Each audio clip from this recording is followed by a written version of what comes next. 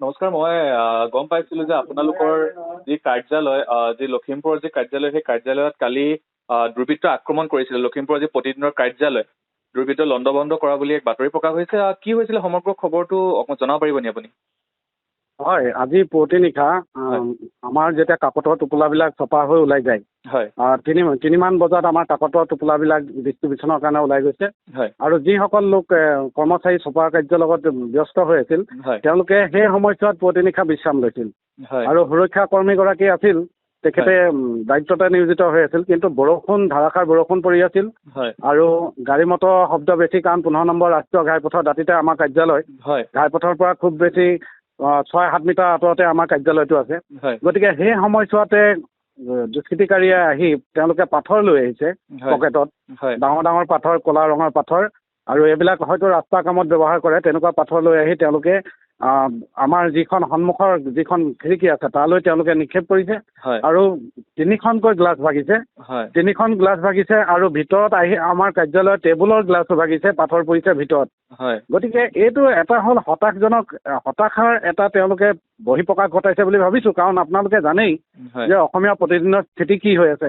হয় আৰু শেহতীয়াকৈ মুখ্যমন্ত্ৰীয়ে অসমীয়া প্ৰতিদিন গোষ্ঠীক টাৰ্গেট কৰি কেতবোৰ কথা কৈ আছে। হয় কালিও সংবাদমেলত তেওঁ কেতবোৰ কথা উত্থাপন কৰিছে। হয় গতিকে ইয়াৰ ফলত এটা প্ৰতিক্ৰিয়াশীল চক্ৰ, যিটোৱে তেওঁলোকৰ নেতাৰ চুতলপি মতে যি থাকে, নেতাক যিসকলে ভগৱান বুলি ভাবে, হয় যাৰ আচলত ধৰি তেওঁলোকে কাম কৰি থাকে, গতিকে সেইসকলে হতাশগ্ৰস্ত হৈ অসমীয়া প্ৰতিদিনৰ স্থিতি দেখি ৰাইজৰ পক্ষত নিৰপেক্ষভাৱে নিৰ্ভীকতাৰে, অতি সাহসিকতাৰে যি বাতৰি প্ৰকাশ কৰি থাকে অসমীয়া প্ৰতিদিন আৰু প্ৰতিদিন টাইমে, গতিকে ইয়াত তেওঁলোকৰ হয়তো কিবা ক'ৰবাত আঘাত লাগিছে।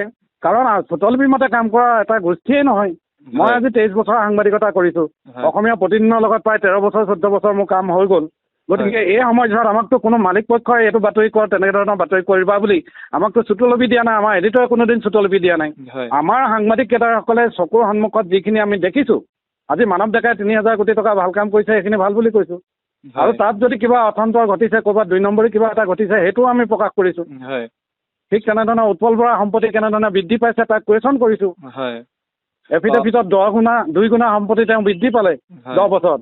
গতিকে এইবিলাক তেওঁলোকে কি আলাদিনৰ চাকি পাইছে নেকি? জনতাৰ প্ৰশ্ন, ৰাইজে অভিযোগ কৰিছে, সংবাদমেল দিছে, আমি তাক প্ৰকাশ কৰিছোঁ। গতিকে এনেকুৱা ধৰণৰ কথাবিলাকে যদি কাৰোবাক আঘাত সানিছে, নিশাৰ আন্ধাৰত পুৱতি নিশা বৰষুণৰ মাজত আহি তেওঁলোকে চোৰৰ দৰে যি এটা কাৰ্য কৰিছে, আমাৰ আহ্বান, কাৰ্যালয়ত আমি থাকোঁ, আহক আমাৰ সন্মুখত প্ৰশ্ন কৰক। আপোনালোকৰ কাৰ্যালয়ত CC কেমেৰা লগোৱা আছে নি, বা কাৰোবাৰ বা চেহেৰা আহিছে নি, মানে CC কেমেৰা সন্মুখত? আমাৰ কাৰ্যালয়ৰ CC কেমেৰা যিটো আছে সেইটো আমাৰ বিকল হৈ আছে। গতিকে বিজুতি ঘটি আছে। গতিকে আমি সেইখিনি ধৰিব পৰা নাই। আঁতৰত এটা মটৰচাইকেলৰ এটা ডিলাৰ আছে, কিন্তু তেওঁলোকে কিমান দূৰ কভাৰ কৰে সেইটো আমি গম নাপাওঁ। পিছলৈ সেইটো আমি চাম।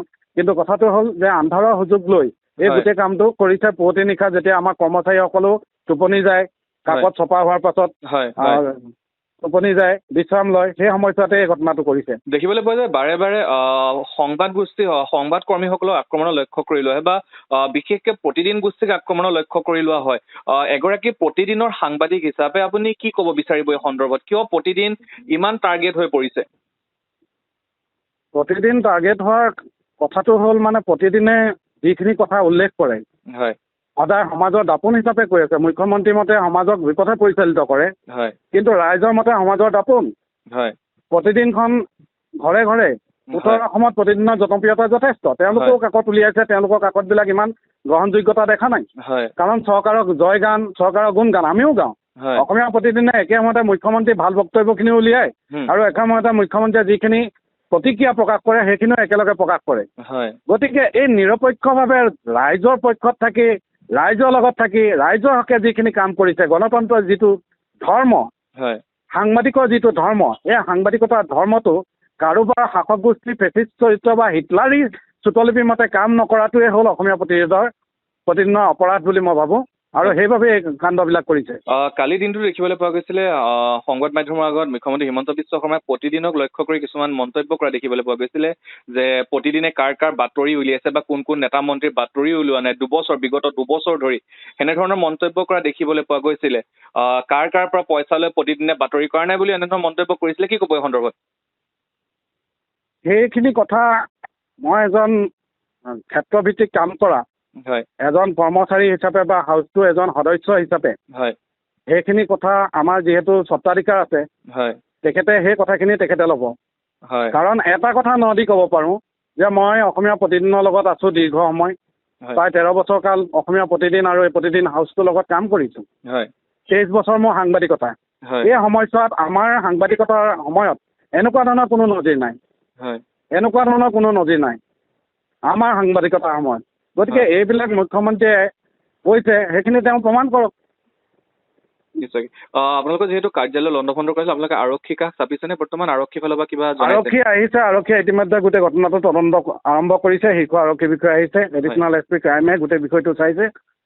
গতিকে তদন্ত প্ৰক্ৰিয়া আগবঢ়াইছে আৰু আমাক আশ্বাস দিছে যে যিয়ে দুষ্কৃতিকাৰী হওক তেওঁলোকে কৰায়ত্ব কৰিব। আপুনি বাৰু হাড়ৰ সমস্যাৰ কাৰণে পাটনালৈ যাবলৈ চিন্তা কৰি আছে নেকি? এতিয়া আৰু চিন্তা নাই।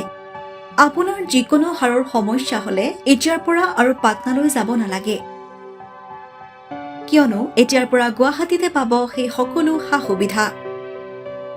গুৱাহাটীৰ আমিনগাঁৱত অৱস্থিত Patna orthopaedic and multi speciality হস্পিটেলত কম খৰচতে পাব সেই সকলো উন্নত মানদণ্ডৰ চিকিৎসা সেৱা, য'ত অভিজ্ঞ চিকিৎসকৰ দ্বাৰা সম্পন্ন কৰা হয় বিভিন্ন ধৰণৰ হাড়ৰ অস্ত্ৰোপচাৰ।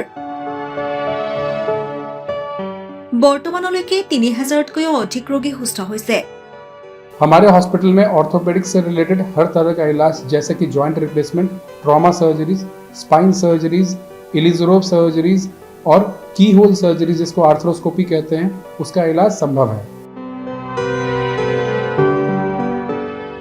উন্নত মানদণ্ডৰ সা সুবিধা থকা হস্পিটেলখনত আছে 3টাকৈ VIP ৰুম,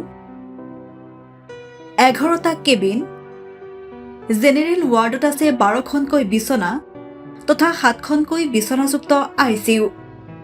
তাৰোপৰি এই হস্পিটেলখনৰ ভিতৰতে আছে ফাৰ্মাচীৰো সা সুবিধা।